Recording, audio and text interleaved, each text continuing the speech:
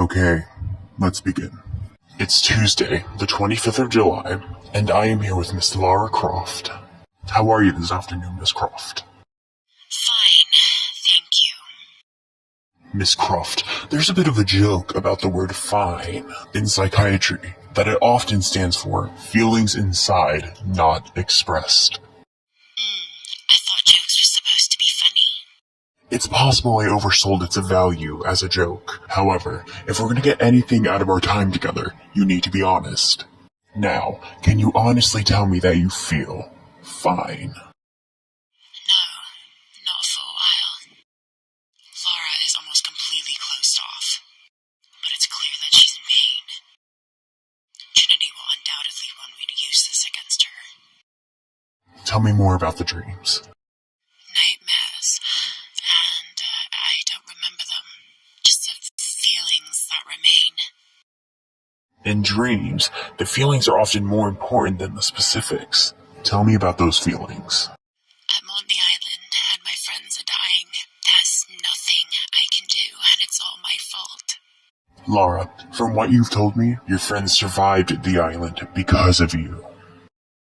Only a few of them. None of them would have survived if you hadn't been there. It's not your fault. None of them would have been there if it wasn't for me. Of course, it's all my fault. Guilt is a common driver in the Croft family. We used it to great effect with her father. Let's see where it takes Lara. Have you reached out to the other survivors since your return? Have you been in touch with your friend Sam? You know I haven't. Even if her doctors let me, she doesn't want to see me. You were very close to her before the island. Don't do this. That must be very difficult, to be separated from the people you need the most. When a trauma is shared, the healing process can be accelerated by talking to the people you shared it with. Can we not do the whole patronizing sympathy thing? You know it hurts. I've told you it does. But it's what Sam wants. I have to accept that. I can listen to what you have to say.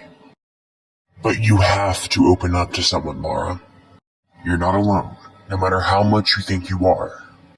Perhaps we're pushing her too hard. I'll reach out to her and test the waters. If she's ready to open up to someone, it needs to be me. So, Lara, I want to talk about your father. I understand you've been asking about his research at the university. I just had some questions. There's so much in my head, but I don't have the connections. My father was researching something very similar to what I experienced on the island. I don't think this will help you move on from that trauma. Quite the opposite, in fact. It's been helping. It's given me focus. But your father was, how to best put this, Unhinged. Insane. Well, that's what people are saying about me now. precisely my point, Lara. You can't continue to let your emotions get the better of you. This is a good sign. Laura is getting angry. And when she's angry, she sees red. We should push her even more. Direct her anger the right way. Trinity believes I'm wasting my time. But if there's anyone who can crack her father's research, it's Laura. That's the third time you've mentioned Jonah today. You've been spending a great deal of time with him. He's one of the few people who understands what I went through. I worry that only spending time with him might not be healthy for you. Oh, really? Care to explain? He's a reminder of the past. You're going back to the island in your head over and over again, to the exclusion of everything else. Jonah makes me feel like myself, and he doesn't charge an hourly rate.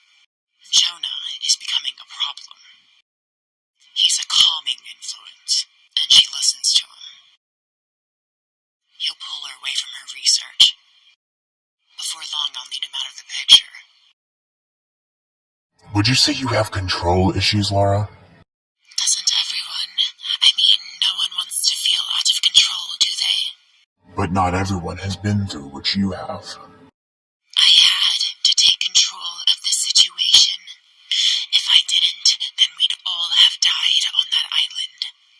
And did you enjoy taking control? You mean killing, don't you? Did I enjoy killing?